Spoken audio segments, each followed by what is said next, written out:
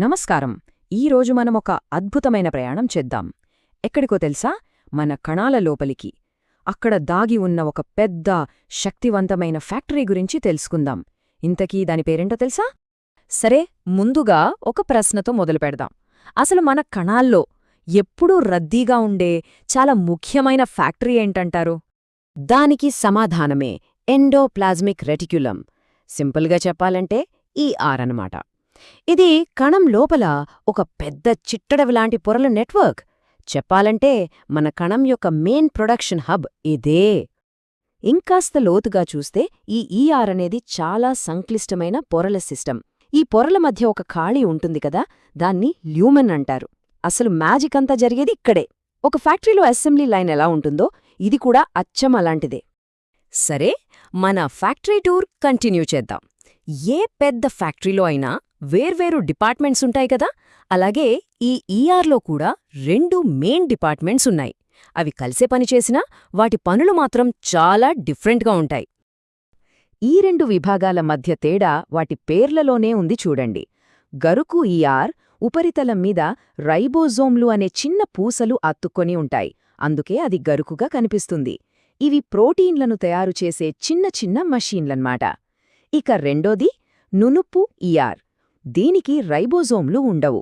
ఇది లిపిడ్స్ అంటే కొవ్వులను తయారు చేస్తుంది. చూసారా, వాటి ఆకారమే వాటి పనికి పర్ఫెక్ట్గా సూటవుతుంది. ఇక్కడ ఒక ఇంట్రెస్టింగ్ విషయం ఏంటంటే, ప్రతి కణంలో ఈ 2 విభాగాల రేషియో ఒకేలా ఉండదు.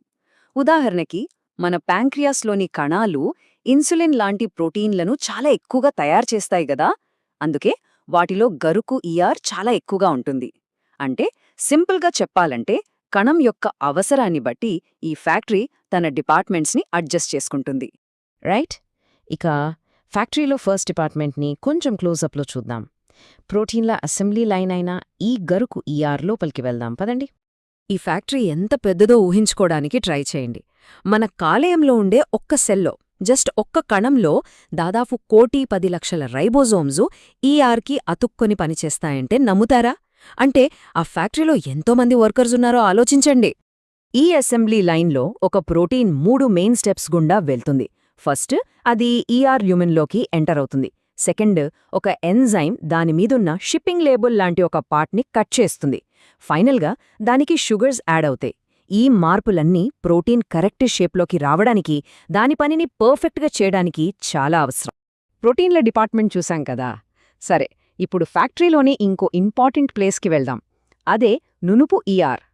ఇది లిపిడ్స్ని, ఇతర స్పెషల్ మాలిక్యూల్స్ని తయారు చేసే ఒక స్పెషాలిటీ షాప్ లాంటిది. నునుపు ER యొక్క మెయిన్ డ్యూటీ ఏంటంటే లిపిడ్స్ని, అంటే కొవ్వులని తయారు చేయడం. కణం యొక్క గోడలు, ఇతర పొరలు కట్టడానికి ఈ లిపిడ్స్ ఇటుకల్లాంటివి అన్నమాట. అంటే SER మన కణానికి కావలసిన బిల్డింగ్ మెటీరియల్ని సప్లై చేస్తుంది.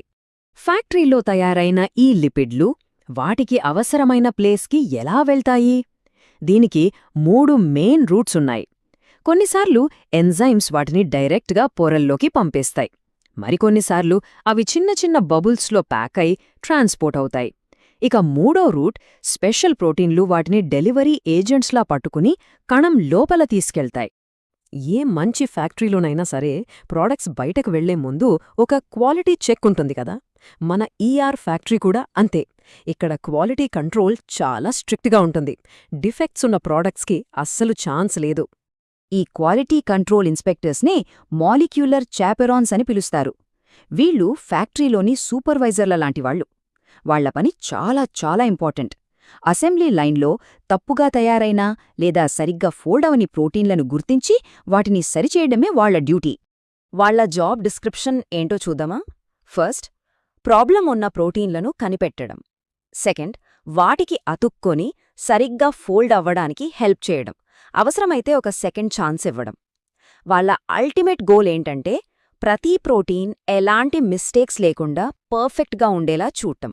ఒకసారి ప్రోటీన్లు ఈ క్వాలిటీ చెక్ని పాస్ అయ్యాయంటే అవి ప్యాక్ చేయబడి షిప్పింగ్కి రెడీగా ఉంటాయి. ER వాటిని జాగ్రత్తగా వేరుచేసి కణం లోపల లేదా బయట వాటి కరెక్ట్ డెస్టినేషన్కి పంపించడానికి సిద్ధం చేస్తుంది. దీంతో ఈ ఫ్యాక్టరీ పని కంప్లీట్ అయినట్టే.